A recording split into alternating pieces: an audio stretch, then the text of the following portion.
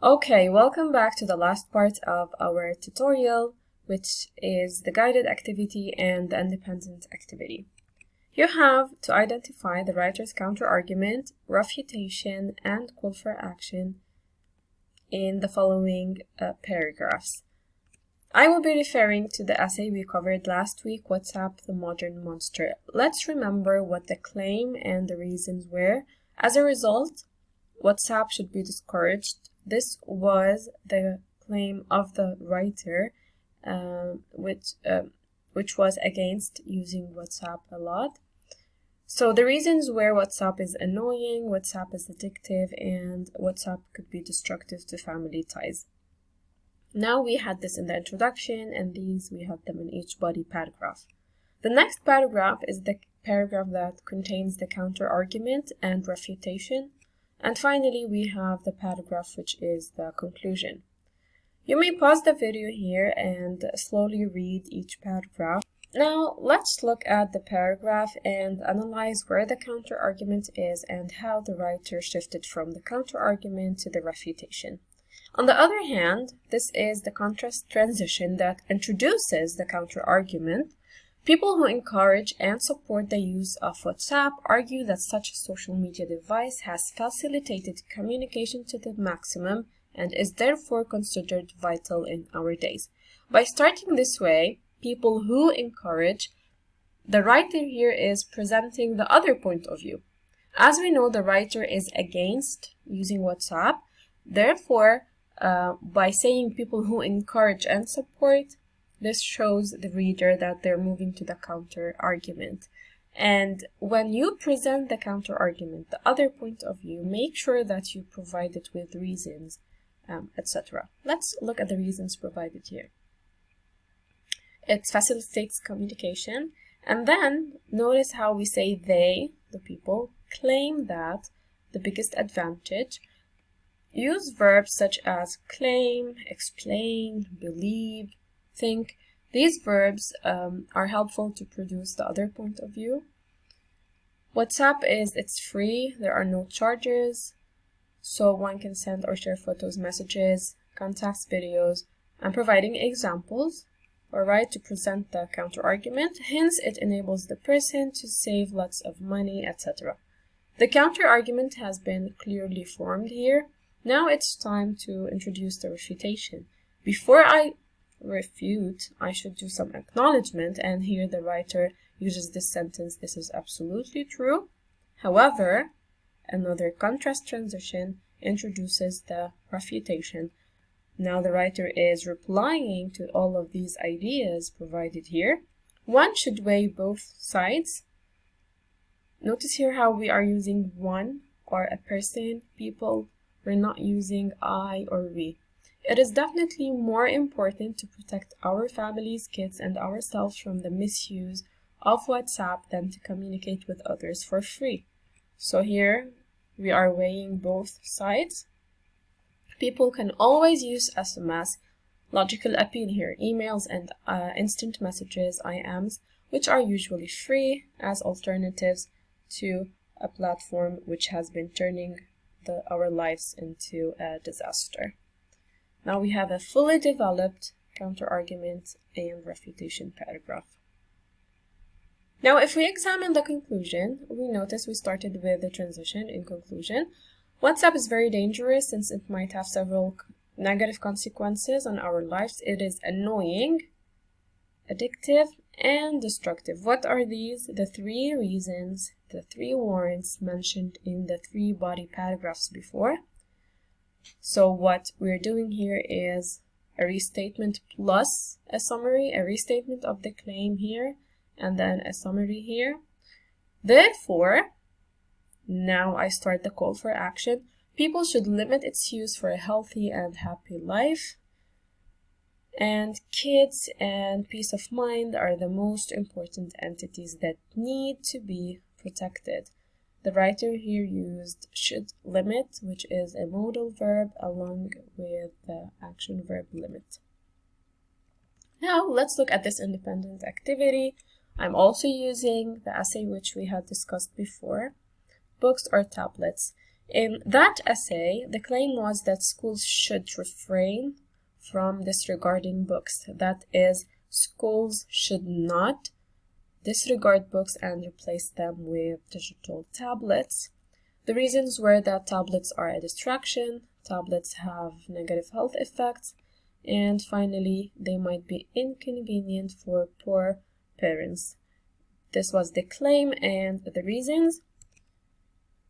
This is the body paragraph 4 with the counter argument and the refutation, and this is the conclusion. Please pause the video, take your time reading both paragraphs, and then trying to identify the writer's counter argument, the refutation, and the call for action. Alright, you must have pinpointed where these elements are.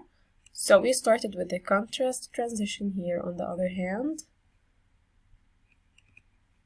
the counter argument is formed of these ideas. Tablets are faster and more efficient. Tablets contain more books. You can have more than one book for a particular subject. And finally, that tablets do not wear and tear, that is, they do not get old like books or textbooks do. The acknowledgement is here. This is true. You can use something like this is logical, this is true, this is relevant. However, the contrast transition and then finally the refutation in these three ideas that books are richer in information, books are more engaging, and books can be saved for several years if they are well kept. Now, if we look at the conclusion, we see that it has a restatement and a summary at the same time as well, because the three reasons or warrants are mentioned again. And then we have a call for action where the writer says schools should not replace. Notice here that the call for action is not to do something. It has negative suggestion. And notice that we did not use any commands or imperative sentences. The writer did not say, do not replace books. No, he used schools should not replace books by tablets and should encourage reading on real books. Now let's do a summary of everything we covered last week and in this week. How do we write an argumentative essay? First, we begin by writing the claim in the thesis statement. Then, we provide the claim with 3 reasons in the subtopics in the thesis statement. Each reason is mentioned in a body paragraph, and in each body paragraph, you support each reason with evidence. When you're done with the first, second, and third body paragraph, you move to the paragraph that contains both the counter-argument and the refutation. When you're done, you stop with the conclusion and the call for action. Therefore, we have 1, 2, 3, 4, 5, and 6 paragraphs in an argumentative essay. Let's look at an example of how an argumentative essay should look. It should be organized this way: introduction, body 1, body 2, body 3, body 4, and finally the conclusion. This is a short essay. We had to make it short in order to fit on the screen. However, your essay should be longer with more details, with more information. A sample will be shared with you with notes. You can view it on classwork. Now, let's look at the elements provided in this essay, the benefits of late motherhood. This is the thesis statement. However, delaying motherhood, that is that a mother should bring her first child in her 30s, can have many benefits. Therefore, the writer is with delayed motherhood, and many positive long-term outcomes, which are increase in life expectancy, the woman would live more, it boosts brain power, and it improves the mother's income. So, body one of the primary reasons that delaying motherhood into 30s is the ideal age to have a baby is the increase in life expectancy of mothers. We have these evidence provided. And then we have body two. Secondly, pregnancy in their 30s boosts brain power, improves mental abilities for the woman. And we have the researchers' study and facts as evidence. Body paragraph 3, finally, women who choose to give birth at their 30s have better income because they work, etc. And this is based on a study and other pieces of evidence. Finally, we come to the counter-argument and refutation, the last body paragraph. Some argue that pregnancy is beneficial due to the sense of responsibility gained by young mothers, and then the reasons are provided. Then we come to the acknowledgement. This may sound true, but refutation. Women in their teens or 20s have less financial resources and less life experience, along with other pieces of evidence and reasons to attack or to refute the counter-argument here.